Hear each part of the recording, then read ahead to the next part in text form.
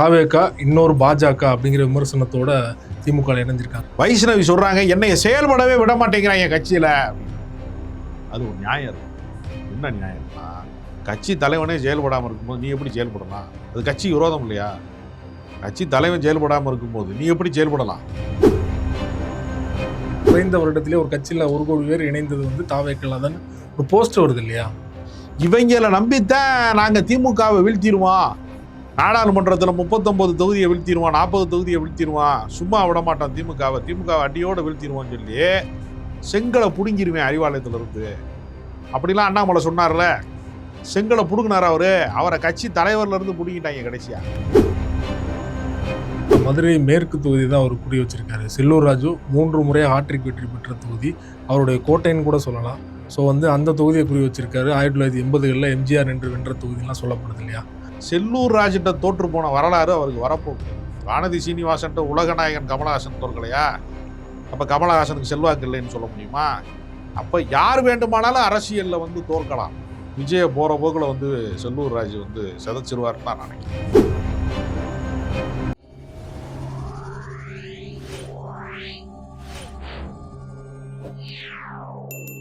அரசியல் களம் நேயர்களுக்கு வணக்கம். இன்றைக்கு நம்மோட நேர்காணலுக்காக அரசியல் விமர்சகர் ராஜகம்பீரன் அவர்கள் நம்மோடு இணைந்திருக்கிறார். அவரோடு பேசலாம். சார் வணக்கம். வணக்கம். இன்ஸ்டா பிரபலம் வைஷ்ணவி கடந்த ஒரு வருட காலமாக தாவேக்கால தான் இணைந்து பயணித்தாங்க. நேற்று பார்த்தீங்கன்னா அந்த கட்சியிலிருந்து அதிருப்தியாக வெளியேறி திமுகவில் செந்தில் பாலாஜி முன்னிலையில் இணைஞ்சிருக்காங்க. குறிப்பாக தாவேக்கா இன்னொரு பாஜக அப்படிங்கிற விமர்சனத்தோட திமுக இணைஞ்சிருக்காங்க. எப்படி பார்க்குறீங்க? தாவேக்கா என்கிற கட்சி இப்போ தான் முளைச்சி 3 இலை விட்டுருக்கு. அதில் ஒரு இலை வந்து பிச்சுக்கிட்டு வர்றேங்குது. அப்படிங்கிறப்ப ஒரு அரசியல் கட்சியை எப்படி கட்டமைப்பது, எப்படி நிர்வாக கட்டமைப்பை செய்வது, எப்படி வழிகாட்டுவது, ஒரு பிரபலமான நடிகனினுடைய முகத்தை மட்டுமே நீங்கள் முதலீடாக வைத்துக்கொண்டு அந்த ஒரு முக வசீகரத்தை மட்டுமே வைத்துக்கொண்டு ஒரு அரசியல் கட்சியை நெடுந்தூரத்துக்கு அழைத்து செல்ல முடியுமா? முதல் கட்டமாக ஒரு நடிகனை பார்ப்பதற்கு ஒரு வெகுஜன மக்கள் கூடுவார்கள், பொதுமக்கள் கூடுவார்கள், ரசிகர்களும் கூடுவார்கள், பொதுமக்களும் கூடுவார்கள். திரையிலே பார்த்த கதாநாயகனுடைய முகத்தை தரையிலே பார்க்கிற போது என்ன வேறுபாடு இருக்கிறது? ஸ்கிரீன்ல பார்த்தது மாதிரி தான் நேரில் இருக்காரா, நேரில் பார்த்தது மாதிரி தான் ஸ்கிரீன்ல இருக்காரா என்கிற வித்தியாசத்தை விளங்கி கொள்வதற்கான ஒரு வியப்பு இருக்கும். அந்த வியப்பு தீர்ந்துடும். அதற்கு பின்பு நீங்கள் செயல்களால் உங்களை நிரூபித்து கொண்டே இருக்கணும். விஜய் எதையாவது நிரூபித்திருக்கிறாரான்னு கேட்டால் மறுபடியும் நான் பள்ளிக்கூடத்து பிள்ளைகளுக்கு வந்து நான் பாஸ் மார்க்கு வாங்கினேன், மெரிட்டில் பாஸ் பண்ண பிள்ளைகளுக்கு பென்சில் கொடுக்க போகிறேன், ப்ரைஸ் கொடுக்க போகிறேன்னு தான் சொல்கிறாரே தவிர ஒரு அரசியல் கட்சி ஒரு அரசையே அதிர வைக்கக்கூடிய ஒரு போராட்டத்தை கையில் எடுப்பாரா? எத்தனையோ போராட்ட வாய்ப்பு தினசரி இருக்கிறது. ஒவ்வொரு நாளும் ஒவ்வொரு பிரச்சனை, விடுகிற போது ஒவ்வொரு நாளும் ஒவ்வொரு பிரச்சனை வந்து கொண்டே இருக்கிறது. அனகாபுத்தூரில் வீடுகள் இடிக்கப்படுகிறது. அந்த இடத்திலே ஓடி போய் சீமான், திருமுருகன், காந்தி என்று இந்த அரசுக்கு எதிரான அரசியலை ஒரு பக்கம் செய்கிறாங்க. களத்துக்கு போகிறவர்களுக்கு தான் அந்த பாதிக்கப்பட்ட மக்களுக்கும் அவங்களுக்கும் ஒரு கனெக்டிவிட்டி, ஒரு இணைப்பு பாலமாக அது மாறும். எங்கெல்லாம் பிரச்சனை இருக்கிறதோ, எங்கெல்லாம் மக்களின் துயரம் இருக்கிறதோ, எங்கெல்லாம் மக்களுக்கு அதிருப்தி இருக்கிறதோ அந்த இடத்திற்கு யார் செல்கிறார்களோ அவர்களைத்தான் மக்கள் தலைவர்களாக ஏற்றுக்கொள்வார்களே தவிர பனையூர் பங்களாவுடைய கண்ணாடி மாளிகைக்குள்ளே இருந்து கொண்டு கிளி வந்து சீட் எடுக்கிறதுக்கு மட்டும் வெளியில் வர்றது மாதிரி கூண்டு கிளி மாதிரி இருந்துக்கிட்டு எப்பயாவது ஒரு முறை எக்ஸ்தலத்தில் எதையாவது ஒன்று சொல்லிக்கிட்டு எந்த களத்திற்கும் வராமல், எந்த பிரச்சனைக்கும், டங்ஸ்டன் போராட்டம் மதுரையில் தொடர்ந்து நடந்து கொண்டே இருக்கிறது. களத்திற்கு ஒரு வரவே இல்லை. மதுரைக்கு எப்போ வர்றாரு? ஜனநாயகன் படப்பிடிப்புக்காக வேண்டி தனி விமானத்தில் வர்றாரு. அப்போ கூட என்ன சொல்கிறாரு? நான் ஷூட்டிங் போகிறேன், என்னை யாரும் தொல்லை பண்ணிடாதீங்க, என் பின்னாடி யாரும் வந்துடாதீங்கிறார். நான் என் வேலையை பார்க்க போகிறேன்டா, வெட்டி பயல்களா பின்னாடி வந்துடாதீடாங்கிறத தான் சூசகமாக சொல்கிறார். அப்போ ஜனநாயக சக்தியாக மாறுவதற்கு பதிலாக ஜனநாயகன் படப்பிடிப்புக்கு தான் தன்னை தயார்படுத்தி இருக்கிறாரே தவிர அதை தாண்டி அரசியல் அவர் என்ன செய்திருக்கிறார்? மும்மொழி கொள்கைக்கு எதிராக தமிழ்நாடு தழுவிய ஒரு பெரிய ஆர்ப்பாட்டத்தை வந்து மத்திய அரசுக்கு எதிராக கையில் எடுத்தாரா? எத்தனையோ பிரச்சனை இருக்கிறது. குறைந்தபட்சம் பகல்காமில் வந்து ஒரு 26 உயிர்களை இழந்து நிற்கக்கூடிய மக்களுக்காக வேண்டி ஒரு மெழுகுவர்த்தியை வந்து கையில் ஏந்தி கொண்டு நின்றாரா? மே 18 ஈழப்படுகொலை நிகழ்ந்த தினம் என்கிற நாள் எத்தனையோ பேர் பொதுக்கூட்டம் பேசுறாங்க. எவ்வளோ பேர் அந்த நாளை நினைவு கூர்ந்து தமிழர் வரலாறு வீழ்த்தப்பட்ட நாள்னு பேசுறாங்க. எங்காவது களத்துக்கு வந்தாரா? ஒரு மெரினா பீச்சிலையாவது நின்று நான் வந்து அவர்களுக்கு வந்து கண்ணீர் அஞ்சலி செலுத்துறேன் என்று நினைவு அஞ்சலிக்காவது வந்தாரா? ஏதாவது ஒன்று இருக்கா? செயல்பாடு இருக்கா? நான் பள்ளிக்கூடத்துக்கு வர மாட்டேன், பரீட்சை எழுத மாட்டேன், ஆனால் நான் பாஸ் ஆயிடுவேன்னு சொன்னால் எப்படி இருக்கும்? ஒரு விபரீதமான ஒரு கற்பனையில் அவர் வாழ்ந்துட்டு இருக்காரோன்னு சொல்லக்கூடிய அளவுக்கு விஜய்க்கு அரசியல் தெரிகிறதா தெரியலையா? ஒரு வைஷ்ணவியே அதனால் தாக்கு பிடிக்க முடியலைன்னா அதில் என்ன வேடிக்கைன்னா, வைஷ்ணவி சொல்கிறாங்க என்னைய செயல்படவே விட மாட்டேங்கிறாங்க என் கட்சியில் அப்படின்னு. அது ஒரு நியாயம் இருக்குது. என்ன நியாயம் இருக்குன்னா, கட்சி தலைவனே செயல்படாமல் இருக்கும்போது நீ எப்படி செயல்படலாம்? அது கட்சி விரோதம் இல்லையா? கட்சி தலைவன் செயல்படாமல் இருக்கும்போது நீ எப்படி செயல்படலாம்? அதுதான் கட்சி நடவடிக்கை. அதனால் என்னால் இருக்க முடியல, இங்கே தாக்கு பிடிக்க முடியலன்னு இன்னொரு குற்றச்சாட்டை சொல்கிறாங்க. பூத் ஏஜென்ட்டுக்கு எங்கள் ஊரில் தான் மாநாடு நடந்துச்சு, கோயம்புத்தூரில். நான் அந்த பகுதி சார்ந்த ஆளுதான், என்னை உள்ளேயே விட மாட்டேன்ட்டாங்க. என்னையை விடலைன்னா பரவாயில்ல, மூத்த அண்ணங்க, இதுக்கே 20 வயசு தான், மூத்த அண்ணங்க யாராவது போயிருக்காங்க, நல்ல முதிர்ச்சியானவங்க, அரசியலில் விவரமானவங்க, பூத் ஏஜெண்டா உண்மையிலேயே வேலை செய்ய தெரிஞ்சவங்க, கட்சியை வழிநடத்த தெரிஞ்சவங்க, வழிகாட்டியாக இருக்கிறவங்க, முன்னோடியாக இருக்கு, யாராவது போனாங்கன்னா பரவாயில்ல. 17 வயசு பசங்க, 15 வயசு பசங்க, ஸ்கூல் பசங்களை கூட்டிகிட்டு போயிட்டாங்க. என்னையை விட்டுட்டு ஸ்கூல் பிள்ளைகளை கூட்டிகிட்டு போகிறாங்களே, இது பூத்தி ஏஜெண்டா, இது பாலகர்களுடைய மாநாடான்ற மாதிரி என்னை ஏண்டா உள்ள விடலைன்னு கேட்குறாங்க. அப்போ கட்சியில் ஆர்வமாக செயல்பட வேண்டும் என்று நினைப்பவர்களையே வழியில் யார் தடுக்கிறா? நான் போய் பொதுச் செயலாளர்கிட்ட நான் வாட்ஸ்அப்பில் கான்டாக்ட் பண்ணேன், அவர் இங்கே கீழே மாவட்ட செயலாளரை பாருன்னு சொன்னார். மாவட்ட செயலாளர் இவங்க தான் என்னை புறக்கணிக்கிறாங்க. யார் புறக்கணிக்கிறாங்களோ அவன்கிட்டயே போய் நில்லுன்னு சொன்னால், எந்த கேட்டை பூட்டுறாங்களோ அந்த வாசல்லையே போய் நில்லுன்னா நான் ஏன் நிற்கணும்? வேறு வேலையே இல்லை எனக்கு, இவங்களால் ஒன்றுமே பண்ண முடியாது, இவங்களுக்கு எந்த சித்தாந்தமும் கிடையாது, கொள்கை கிடையாது, கோட்பாடு கிடையாது, ஒன்றுமே கிடையாது. ரசிகர் மன்ற செயல்பாடுகளை அரசியல் கட்சி என்று கருதி கொண்டு ஒரு அரசியல் செய்கிறாங்களே தவிர ஒன்றும் ஆக போகிறது இல்லை அப்படின்னு வைஷ்ணவி வெளியே வந்துட்டாங்க. இப்போ நீங்கள் சொன்னது மாதிரி கோயம்புத்தூர் நடந்த பூத் ஏஜென்ட் மாநாட்டிலே அவங்களே கூப்பிடலாம்னு சொன்னீங்க இல்லையா? ஆனால் அதுக்கப்புறம் பார்த்தீங்கன்னா 1 கோடி பேர் குறைந்த வருடத்திலே ஒரு கட்சியில் 1 கோடி பேர் இணைந்தது தாவேக்கலாதான் ஒரு போஸ்ட் வருது இல்லையா அஃபீஷியலாக? அது எப்படி எடுத்துக்கிறது? இதுக்கெல்லாம் வழிகாட்டி யாருன்னா பாஜக தான். பாஜகவில் மட்டும்தான் என்ன பண்ணுவான்னா, ஒரே ஒரு மிஸ்டு காலை கொடுங்கள், நாங்கள் கட்சியில் உங்களை சேர்த்துக்கிட்டோம்.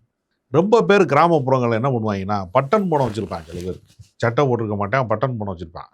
தம்பி இந்த சீட்டில் இருக்கிற நம்பரை கொஞ்சம் அடித்து கொடுப்பா அப்படின்னு கேட்பான். அவன்லாம் எத்தனை முறை மிஸ்டு காலில் போயிருப்பான், அவனையெல்லாம் எத்தனை முறை இவங்க சேர்த்துருப்பாங்க. இவங்களை நம்பித்தான் நாங்கள் திமுகவை வீழ்த்திடுவோம், நாடாளுமன்றத்தில் 39 தொகுதியை வீழ்த்திடுவான், 40 தொகுதியை வீழ்த்திடுவான், சும்மா விட மாட்டான் திமுகவை அடியோடு வீழ்த்திடுவான்னு சொல்லி செங்கலை பிடுங்கிடுவேன் அறிவாலயத்திலிருந்து அப்படிலாம் அண்ணாமலை சொன்னார்ல. செங்கலை பிடுங்கினார் அவரை கட்சி தலைவர்லேருந்து பிடுங்கிட்டாங்க. கடைசியா எங்கே இருக்காருன்னு தெரியல. மறுபடியும் ஆட்டுக்குட்டி மேய்க்கிறதாக தகவல், பாஜகவில் இருந்து வர முக்கிய தகவல். பழையபடி அவர் ஆட்டுக்குட்டியிலோட பேசிக்கிட்டு இருக்கிறாருங்கிறாங்க. அப்போ என்னென்னமோ சாட்டையில் அடிச்சுக்கிட்டவங்கனால கூட அரசியல் ஏன் செய்ய முடியலைன்னா, நம்ம கூடவே இருக்கிறான் கட்சிக்காரன், நமக்கு தெரியாமல் வேற செயலில் இருக்கான், குற்ற பின்னணி இருக்குது அப்படின்லாம் பல பிரச்சனைகள் வந்துடுது. நமக்கு பல நண்பர்கள், நீங்கள் தெரியும், நண்பர்கள் பழகிற போது என்ன பண்ணுவான், நான் ஒரு 4 பேர் ஒன்றா சுற்றிக்கிட்டே இருப்பேன். ஒரு பொண்ணை ஒருத்தன் காதலிச்சுட்டு இருப்பேன், அது 4 பேருக்குமே தெரியாது, கூட இருக்கிற 3 பேருக்கு தெரியாது. திடீர்னு ஒரு நாள் அந்த பொண்ணை கல்யாணம் பண்ணிட்டேன்டா வச்சான் அப்படின்னு சொல்லுவான். அப்போ கூட பழகிறவன், 10 வருஷம் பழகினவன், 20 வருஷம் பழகினவனுடைய ஆக்டிவிட்டீஸை கண்டுபிடிக்கிறதே ரொம்ப பெரிய மர்மமாக இருக்குது.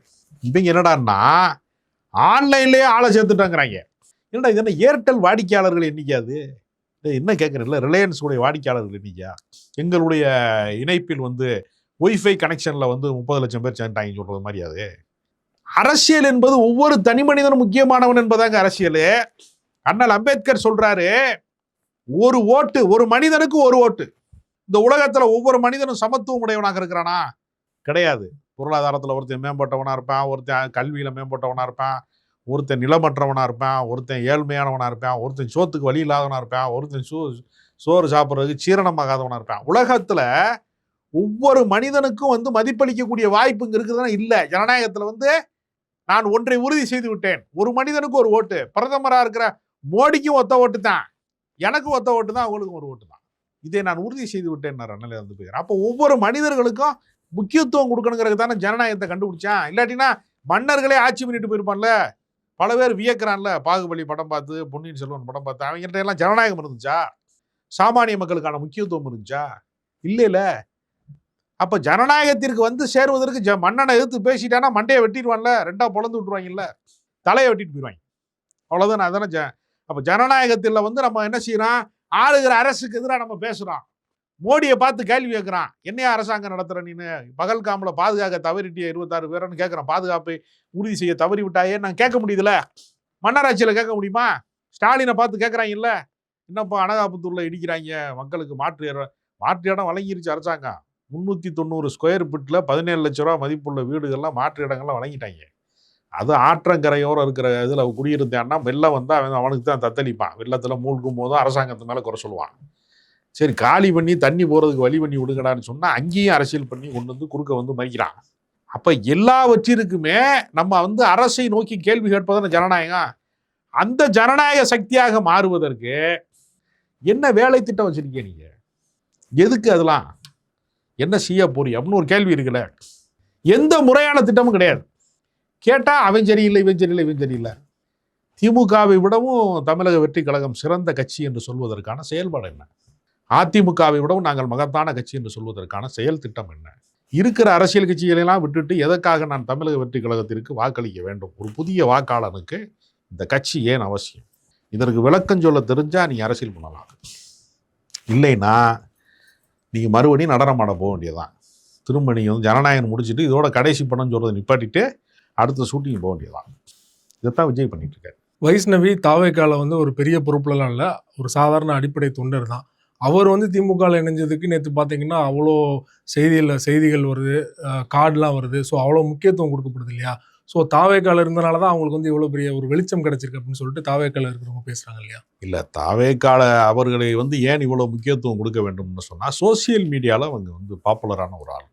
இன்ஸ்டாகிராமில் அவங்களுக்கு நிறைய ஃபாலோவர்ஸ் இருக்கு. அதற்கு காரணமே தாவேக்கா கட்சியில் இருந்ததுதான் சொல்கிறாங்க. இல்லை, அது அப்படி சொல்கிறாங்க, பல காரணங்கள் சொல்லுவாங்க.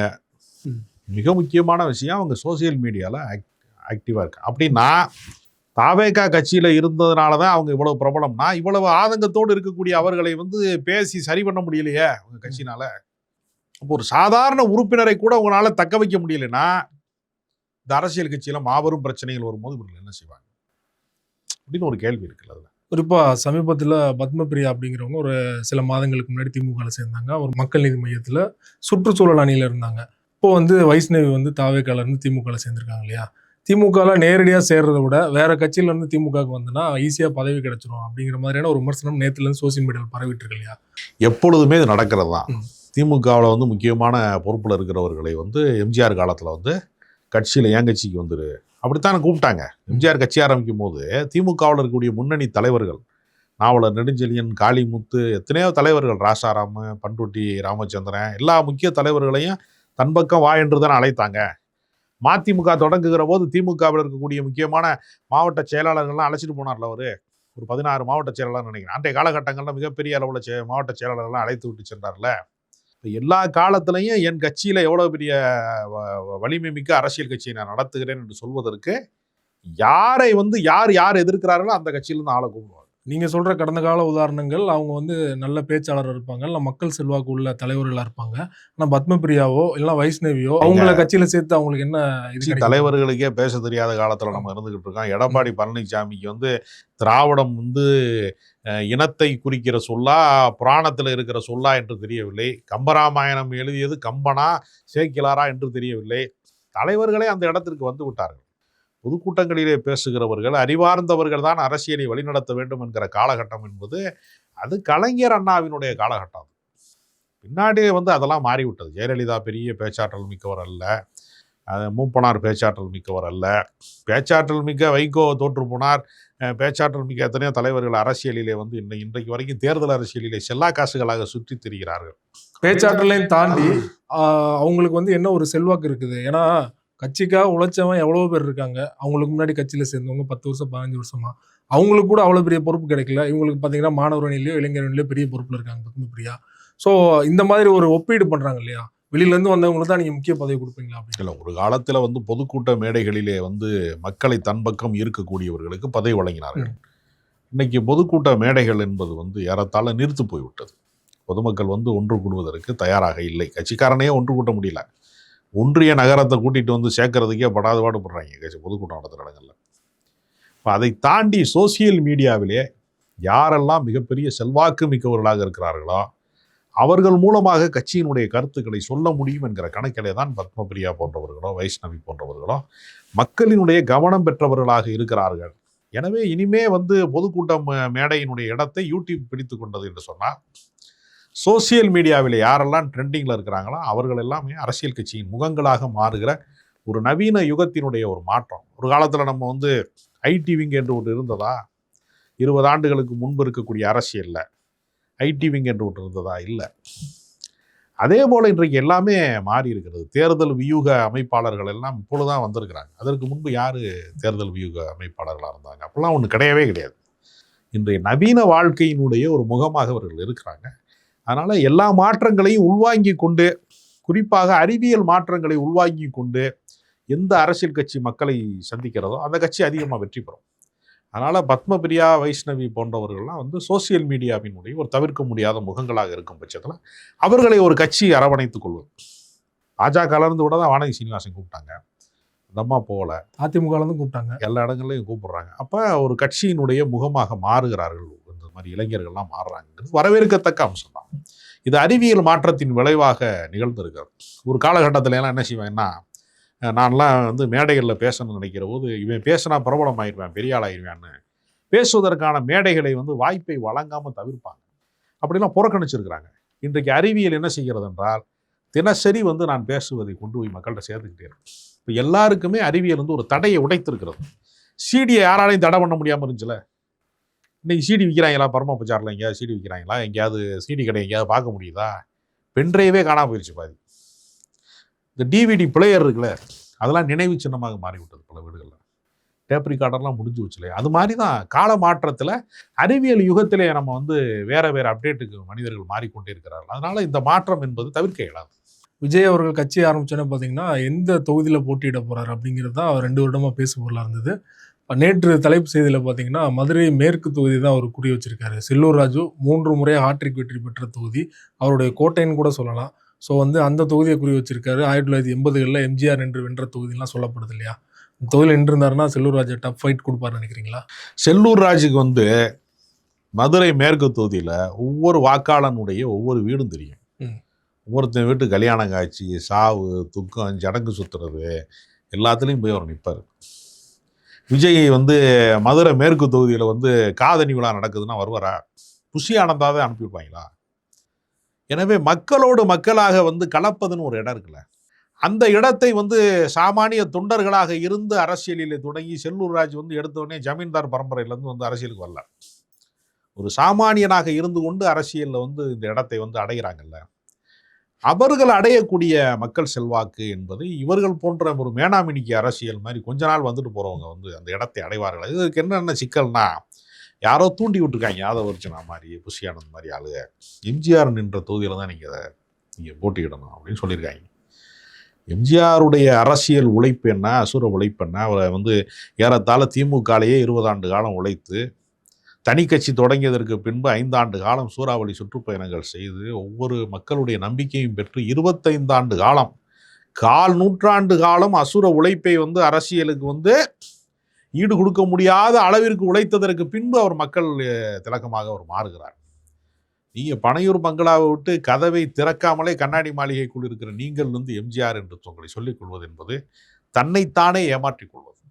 தியானம் என்றால் என்ன என்று ஓசோவிடம் கேட்டபோது ஓசோ சொன்னார், ஒருவன் தன்னைத்தானே ஏமாற்றிக் கொள்வதற்கு பேர் தான் தியானம். கண்ணை மூடிக்க, உலகத்தில் எல்லாமே போய் முடிஞ்சிடும், பிரச்சனை வரும் அவனுக்குன்னு சொல்கிறான். அது ஒரு நம்பிக்கையின் பேரால் செய்கிறாங்கன்னு. அது மாதிரி தான் தன்னைத்தானே ஏமாற்றிக் கொள்கிறாரா விஜய் அப்படிங்கிற இடத்துல தான் விஜய் இருக்கிறார். அதனால் அவருடைய கனவை 2026 கலைச்சிரும். செல்லூர் ராஜிட்ட தோற்று போன வரலாறு அவருக்கு வரப்போகிறது. வானதி சீனிவாசன்ட்ட உலகநாயகன் கமலஹாசன் தோற்கலையா? அப்போ கமலஹாசனுக்கு செல்வாக்கு இல்லைன்னு சொல்ல முடியுமா? அவர் குழந்தை நட்சத்திரத்தில் இருந்தே அவரை பார்ப்பதற்கு மிகப்பெரிய கூட்டம் வந்துக்கிட்டு தானே இருக்கு. அவருக்கு சமீபமாக வந்த படம் விக்ரம் 2 வரைக்கும் 400 கோடிக்கு அவர் வசூல் பண்ணார், 500 கோடிக்கு வசூல் பண்ணார் தானே சொல்லுது. வசூல் இதெல்லாம் அதோட ரிப்போர்ட்டாக தானே சொல்லுது. அப்போ யார் வேண்டுமானாலும் அரசியலில் தோற்கலாம். காமராஜரை ஒரு கல்லூரி மாணவன் தோற்கடிக்கலையா? அதனால் செல்வாக்கு மிக்க தலைவர்களே தோற்று போயிருக்கிறார்கள். அதனால் விஜயை போகிற போக்கில் செல்லூர் ராஜ் செதைச்சிருவாருன்னு தான் நினைக்கிறேன். இப்போ செல்லூர் ராஜ் விஜய் செதைச்சிருவான்னு சொல்கிறீங்க. ஆனால் நேற்று ஃபுல்லாக போஸ்டர் பார்த்தீங்கன்னா 1,10,000 வாக்குகள் வித்தியாசத்தில் விஜய் வெற்றி பெறுவார் அப்படிலாம் வந்து போஸ்டர் தாவேக சார்பு ஒட்டியிருக்காங்க இல்லையா? இல்லை, பாதி பேருக்கு வாக்குரிமையே இருக்கிறதா என்று நமக்கு தெரியல. அவ்வளோ அவருடைய ரசிகர்கள் பல பேர் பள்ளிக்கூடங்களை முடித்து விட்டார்களா, இன்னும் வந்து கல்லூரிக்கு சேர்ந்துட்டாங்களான்னு எனக்கு தெரியல. அவருக்கு ரசிகர்கள் இருக்கிறார்கள் என்பது உண்மை. ரசிகர்கள் மட்டுமே வாக்களிக்கிற ஒரு தேர்தலை நடத்தினால் விஜய் வந்து முதலமைச்சராக கூட வருவார். ஆனால் அவருடைய படத்தையே பார்க்காத பல கோடி பேர் வாக்காளர்களாக இருக்கிறாங்க. சினிமாவையே பார்க்காதவர்கள் கூட இருக்கிறாங்க. அதனால் தேர்தல் அரசியலிலே வெல்வது என்பது ரொம்ப எளிதான பாதை அல்ல. அந்த பாதையில் வந்து எளிதாக வென்றுவிட முடியும் என்கிறது ஒரு மூடநம்பிக்கை. இதற்கு சமீபத்திய உதாரணம் கமலஹாசன். நாளைய உதாரணமாக விஜய் மாறிவிடக்கூடாது என்று நான் நினைக்கிறேன். விஜய் அவர்கள் குறித்தும் தாவேக கட்சி குறித்தும் பல்வேறு தகவல் எங்களோட பகிர்ந்து கொண்டீங்க. மிக்க நன்றி.